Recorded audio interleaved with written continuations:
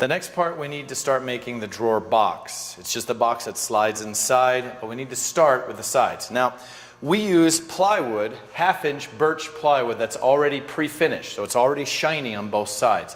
I like it because we don't have to spray it later, and it looks really nice. So we're using the panel saw, and this board is 5 feet tall and 5 feet wide. Now, this piece is a bit shorter. We've cut a few slices off of it already. So, but it runs the same. I've set this to 3. I pull it all the way down so it's nice and tight, and then slice off from top to bottom. For a single nightstand, you need 1 cut. For a double nightstand, you need 2. Go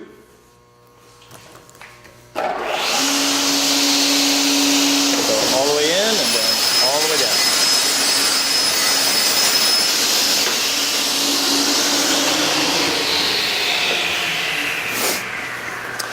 Now, I've come to the upcut saw to cut them to length. However, you are welcome to use either of the chop saws. They both work great. It's completely up to you. I just decided to use this today. Your measurements for length: you have 2 long ones, that's your left and right sides, and your front and back ones are your shorter ones. The long ones are 15 inches long. So we set this to 15. Start up the machine to cut them.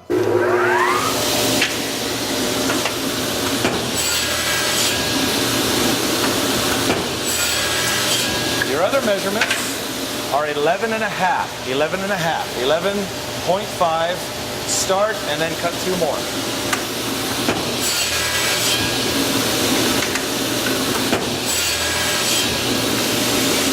And that's all the scrap you're going to have left. And now we'll move on to the next step. Now we take him to this router table that I constructed just to make drawers. And we're going to be here at all 3 stations for the next little bit. Station 1, it's labeled number 1, it says 1/2-inch rabbet bit. Now, I tried to draw the directions on each one of what you're going to do, so I'll show you, and hopefully when you come and look at it, you'll remember what to do. It says here at the top, both ends long pieces only. All right? So I have 2 short ones and 2 long ones. So I'm going to cut the ends of the long ones only. Now, where's the end? This is an edge, this is the end. So I'm going to do both ends. All you got to do, hold it down on the table and push it across. There are arrows pointing in the direction you need to go. There's a little device that was made to help hold it down. You don't want to hold it out here. Make sure to hold it in a little bit. It's a plastic shield so your finger can't get in there, and it's a very safe machine. So when you're done running it across, if it doesn't look good or it's not quite straight, go ahead and run over it again, as many times as it takes to look good and straight.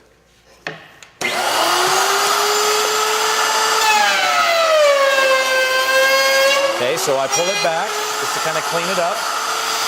Make sure all that sawdust is gone. Good, and now I do the other one.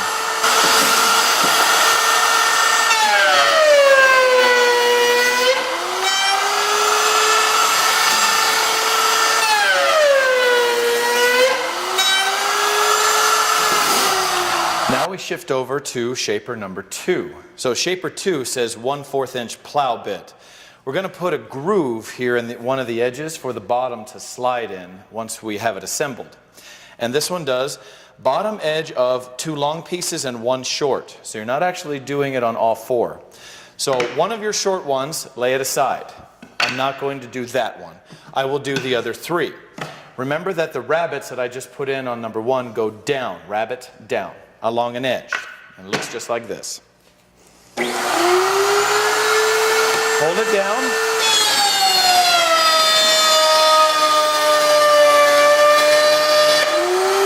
Okay? It's full of sawdust, so give it a tap and it all comes out.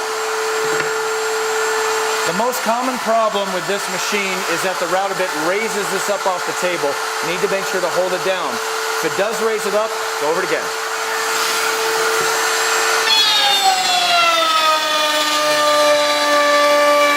But don't back up. You don't want to back up on this one. There. All that sawdust is out. Let me do it one more time.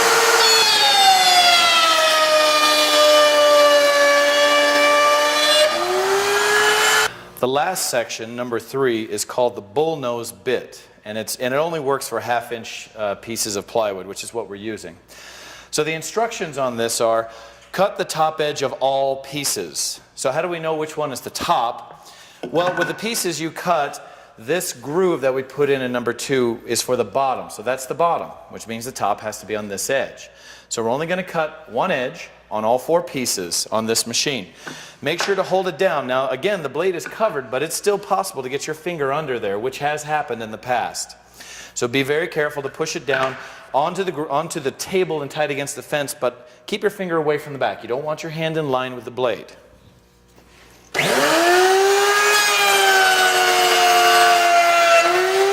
it does is it rounds the top. That's all it does. I can run it through this way or that way and it'll be the same.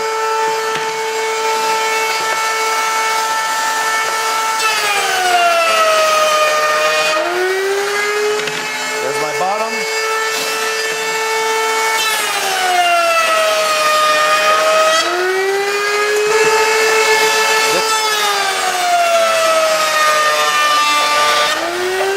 The last step is to cut the bottom out. Now I will have a bunch of these long strips that are cut to the correct width. The correct width is 11.5. It's just a hair less than 11.5. But the length you need to cut is 14 3/4. So I set my stop here at 14 3/4.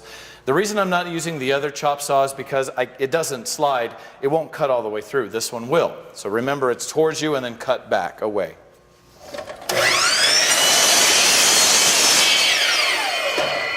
And now this should fit right into your box, so let's go assemble. The last step for the drawer box before we can assemble or make your bottom is this one piece, this last piece that did not get the groove like the other 3. It needs to be cut down a little bit shorter. It's kind of hard to explain why. The bottom is going to have to fit past this, but I'll demonstrate that once we assemble. Now it's written on station number 3 over there, the width, and the width is 2 3/16. So set this to 2 3/16, and you want to cut off the bottom. Remember, that rounded edge is the top. Put the rounded edge against the fence. Now if you do it backwards and accidentally cut off the rounded edge, just run it through the machine again and you're back on track.